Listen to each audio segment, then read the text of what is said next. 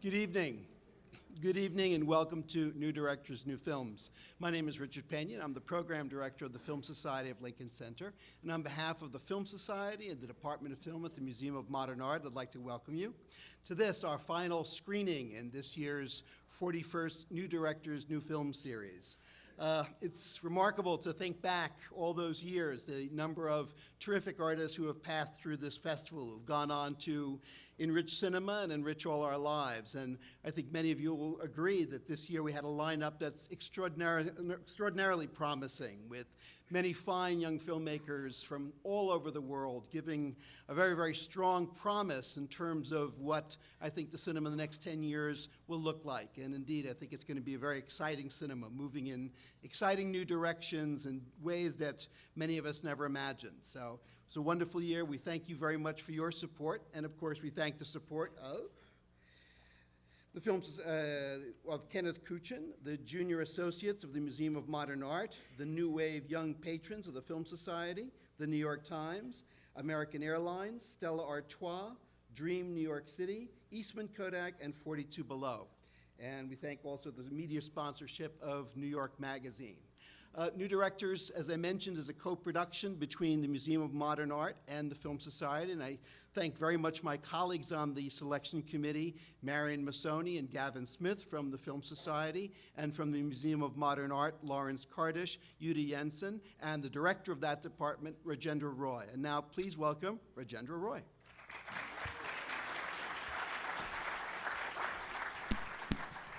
Thanks, Richard. And thank all of you for indulging us on this closing night on April Fool's Day, for inviting you to a screening of a film whose title you do not know, or most of you don't know. How many of you actually don't know what you're about to see? That is fantastic. Fantastic. Fox Searchlight, you see that? We did a good job, right? I want to thank Fox for their support of this screening. And all of you for indulging us. I have to say, you're not going to be disappointed, and it's not an April Fool's, it's the real deal. You're about to see a film that has taken the industry and the festival circuit by storm. It won 2 prizes at the Sundance Film Festival this year, including the Grand Jury Prize. You're about to see Beasts of the Southern Wild. Benh Zeitlin, come on up, Ben.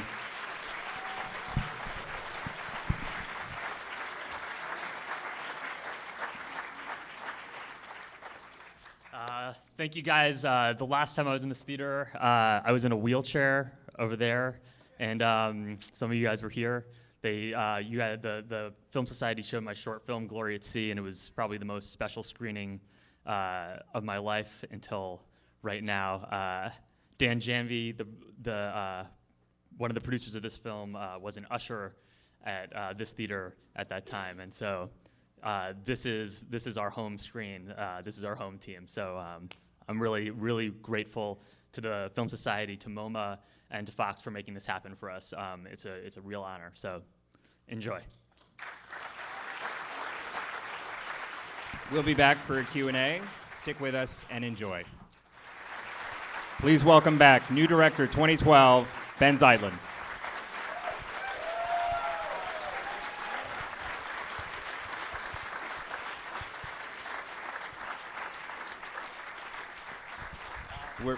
Yes, would you like to do the honors, or I can? Oh, yeah. Could I invite to the stage my co-writer, Lucy Alibar, and my producers, Josh Penn and Dan Janvey.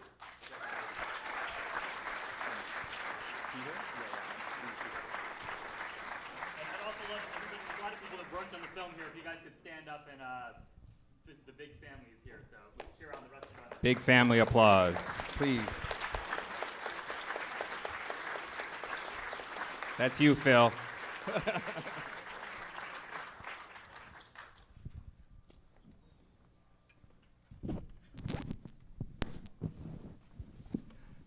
So, dive in right into some questions.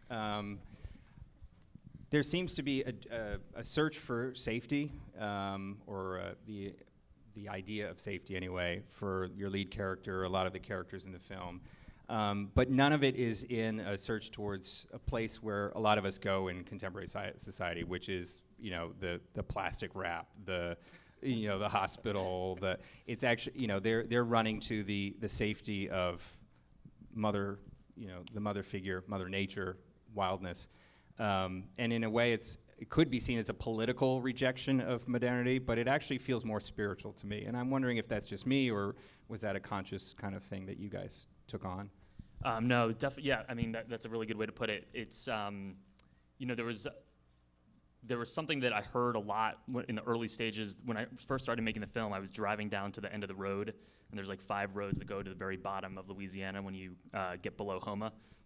And something that I heard a lot when I was talking to people about what it's like to live at the last, sort of where the sidewalk ends, was people would say, we're made by the marsh. We're like a plant. It's an exotic plant, and if you take it and plant it somewhere else, it dies. So it really isn't a matter of safety and not. It's what you're saying. It's like there's no way to kind of transplant the sort of special thing that's there and put it somewhere else, because it would just kind of shrivel up. So it's not really a matter of it's sort of a matter of a superficial safety that which can have to do with whether you physically get hurt, you physically put yourself in danger, but there's a much kind of larger thing at stake for the characters of the movie, which is kind of preserving what you're saying, a kind of this wildness and this freedom that they have in the bathtub. So, yeah. Lucy, maybe you want to talk about developing the screenplay together and trying to weave that into your characters. Yeah, I met Dan Janvey actually when Ben brought him to a reading that we did, I think in an office space, when this was a play, like an early version of a play. And then the play was set in South Georgia and North Florida, where I grew up and where my dad's from. And so a lot of the work, at least from my perspective, a lot of the work that Ben and I were doing was being in Louisiana. I had never been there before, spent time there. So there's a point where Ben and I were living in this little fishing marina and making our own spaghetti at night. And sometimes the guy who owned the fishing marina, his wife would take pity on us and make us her own food. But spending a lot of time with the people in Louisiana that fish and wade on the island, and I'm not really making a lot of sense, but it was a lot of transplanting. What we did Georgia was to actually, Louisiana. it was sort of the origin of the film started off as 2 different stories. One that I was working on about kind of what it's like to be a holdout at the end of the world when your place is in danger, and this sort of entrenched moment where a lot of people are running away or telling you shouldn't be staying where you're from, and the people that are holding out. And then I'd known Lucy since I was 13 years old, and she had this story about her father getting sick and how at that moment where a parent gets ill, it feels like the world is coming apart. And it was the connection between the moment of a parent dying for a child and for a group of people having their place die, and sort of I was looking for something that would make the emotion of your place dying become clear, and her play is where that I sort of discovered that was how it was that was the feeling that we were after. And so, like you're saying, instead of going at it politically, it's what is the emotional experience that we can all understand of why you have to stick by the thing that made you. Yeah. But Ben, that also, I remember that those 2 things emerged side by side, because I think we were interested in doing your play prior to discovering, or you spending a lot of time in the region of Terrebonne Parish, right? Yeah. And then I remember, the themes of what the community is going through really resonated with some of the things in Lucy's play. Yeah, but we were going to make 2 movies. Yeah, We were going to make yeah. No, it's a funny. I when we were talking about doing this one, this was supposed to be the easy one. Right. Yeah. I think you can, and this is totally inappropriate since I'm as far from a Southerner as possible, but I think both Faith and Gumbo take a lot of just kind of throwing things into the pot and kind of running with it.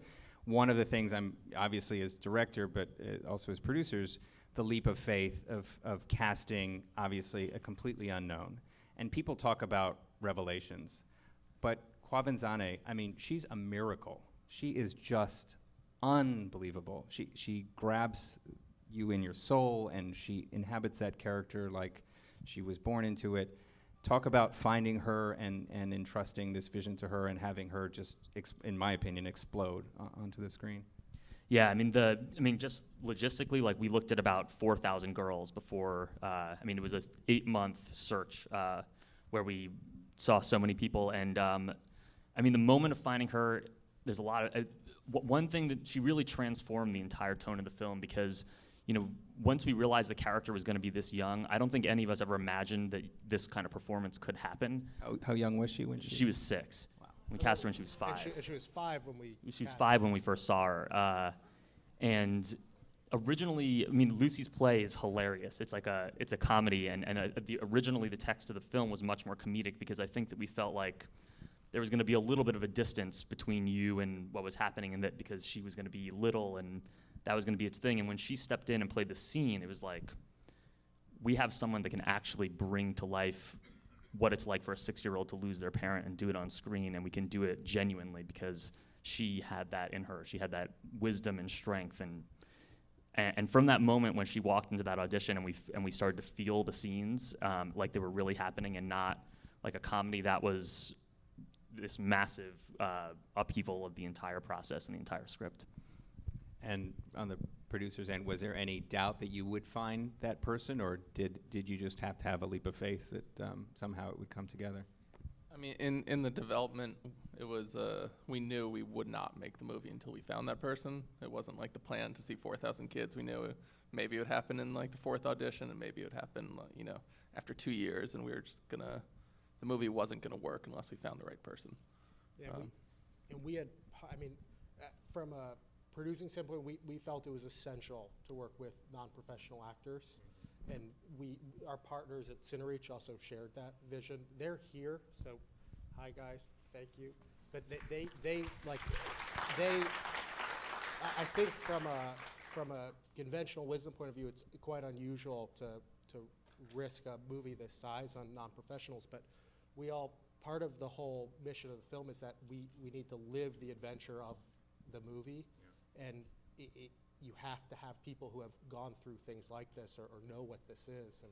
And Mr. Henry, Ben, you should tell them about Mr. Henry too, because yeah, Wink, the character who plays Wink was while we were casting those 4,000 kids, there was a bakery across the street called Henry's Bakery, and that's Mr. Henry who plays Wink.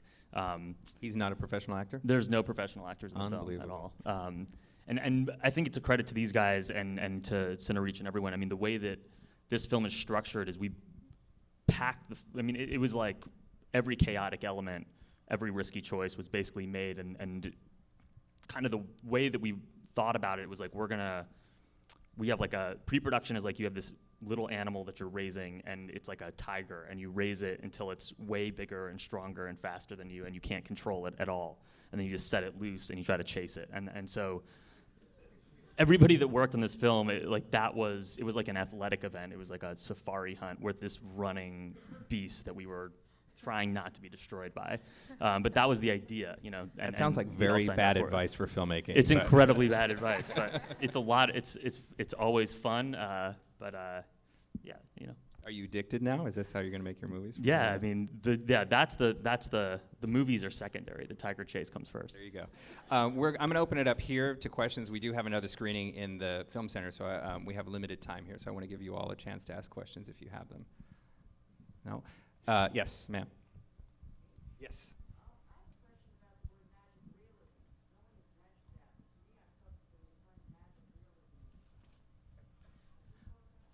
Yeah, we thought a lot about how the heightened parts of the film would work and what it was going to mean. And I actually feel, I think that there's a reason to use that word. I think that what it really is to me though more is that it's a realistic portrayal of what it's like to go through extreme circumstances when you're 6. And it's all about, and I got this from Lucy's play, where she wrote this thing about how when you're losing the person that made you, like the science starts to come apart and you can't understand it. And I just remember being, I remember at that age, there's no real separation between what you know as real, what your imagination knows as real, and what your emotions are. They're all kind of swirled together. And it's only later when you start to realize that it's just real is what everybody agrees is real, and then you start to realize, okay, that's my imagination and this is reality. I don't know if that makes sense, but for me, it's we always looked at what is she feeling and what is she thinking about, and this is her film, so by the rules of the film, those things are happening, and so thinking about what's adult reality is kind of irrelevant. It's all about her reality, and we just tried to portray that as realistically as we could. But it's certainly she lives in a magical real state, so I think it's relevant, you know. Yes. Can you say something about the rejection of Steadicam? This question is about why did you reject Steadicam? The Lord is here. The Lord, Ben. Yeah, our DP is here. He could speak to it, but I mean, there's the obvious, like we just couldn't afford a Steadicam, but you know, it was I mean, we knew we couldn't afford a Steadicam, and also just the whole camera. The camera had to be unbelievably mobile because our locations were. I mean, we shot this film down right where the BP oil spill happened, and you know, about a third of our locations we had to negotiate with BP to get to. They had to remove the booms, and we had to take little boats in there. And so our camera had to be incredibly lightweight and inobtrusive. And so, you know, the solution that we came up with was we had this thing called an easy rig, which is like a little crane that goes over your head that hangs down. And the reason that we used that was because we knew we were gonna have to shoot the entire film at about 4 feet high. And so that became basically the operating principle for everything. Is it, you know, and we wanted to like express the world through the way she sees it, and I think that the chaos and the motion, you know, whenever she's on the water, you feel the water, and we really wanted that, and we wanted it to feel like you're in her eyes, and so I never thought about locking off on sticks, and I think that even if we could have had a Steadicam, I think this is to me, this feels more like being 6 than a Steadicam would. And also, Ben, we also designed the film from a production design standpoint that we had 360-degree sets. Right. So the entire idea was that the camera, we created these spaces for the film to exist, and the camera could go anywhere in those spaces. Yes. So if I understand right, none of these people were professional actors. They actually live that. Do people actually live that way? Sorry. Yeah. Go ahead. Yeah. Well, there's 2 parts to it. One is, there's no professional actors in the movie, but they are acting. Like they're not playing themselves. Like Mr. Henry, the father, is the sweetest man you'll ever meet in your life. He's not like that at all. But they all are living the experience. They're living the emotional experience that the film is about, which is, you know, living in South Louisiana when it's a place that's under, you know, where the bottom of South Louisiana is literally falling off into the Gulf of Mexico right now, and these towns you see towns disappear one by one as you go down there. And so, you know, there was a real collaboration about the characters and about the themes of the film with the actors. But the film is like taking parts of reality and pastiching it, and it's really that the town of the bathtub is a combination of South Louisiana and of New Orleans, and there isn't a place that's actually like that. I sort of wanted to envision my favorite sort of like Louisiana has this, you see this potential because you don't feel the divides between people down there the way that you do in other places. Like, so I wanted to create a place where there's no money, there's no religion, there's no politics, there's no jobs, there's race isn't an issue, you know, and create this sort of sense where it's a completely unified place where all ages and all types of people are respected and kind of exist in the same way. And so the bathtub is really taking that from a number of different places and ideas and kind of concentrating it into one magical town. But the geography and the issues in the film are very much based on real places. And, you know, we couldn't have built that whole world, so it's often one set in the middle of a place that actually exists. Some of them do. Our crew does. Well, just to keep that going then, so if these are non-professional actors from those parts, obviously they're not using method or whatever. I mean, was there a lot of improvisation, or did they stick to your script and to your ideas and your words? Well, the script the script is really the way that we cast while we're writing and we location scout while we're writing, And it's really, we have the ideas, and then when the actors and the elements and the places come in, they cause the script to change, you know, and it's basically, we try to stay flexible enough that when we find a person and we meet them, they won't necessarily fit exactly the idea of the character that was written, but they somehow fit the movie in a spiritual way. And so we meet them and we say, okay, this person has to be in the film, and then we change the script to suit that. And when we shoot, there's a script, but it's sort of the product of a long series of improvisational rehearsals where we take what was written, rehearse it, take the scripts away, have that character say the things in their own voice, and then write that down. And there were, basically every night before we would shoot, Quavanjane would come and sit with me, and she would sit at the computer, and I would sit next to her, and she would go through, and she would delete words that she didn't know and fill them in with words that she did know. And we would just do that every night so that the film, got out of me and Lucy's voice and into their voice. And also, Ben, it's interesting from an infrastructure point of view. We really did have quite a lot of support for our actors, and in particular, our producing partner, Michael Gottwald, and I'm really excited because Austin Purnell is here, and Austin is an actor based in New York, and Austin would work with Mr. Henry and the other performers in preparation for the rehearsals with you, and in the bakery. in the bakery. Yeah. Like Austin would At literally 2 in the on morning. baker's Right. hours. Yeah. So Austin and Michael would go into the Buttermilk Drop, which is on North. What's the address? North Mike? Durgeois. Yeah. Mr. Henry would like everyone to know to come to the bakery too when you go to New Orleans.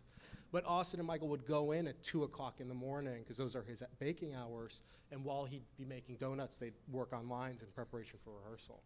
And to me, it really speaks to like where they started as performers and where it ended up Yeah. as well. Yeah.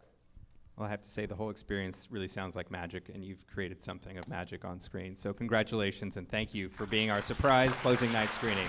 Tell everyone. Thank you.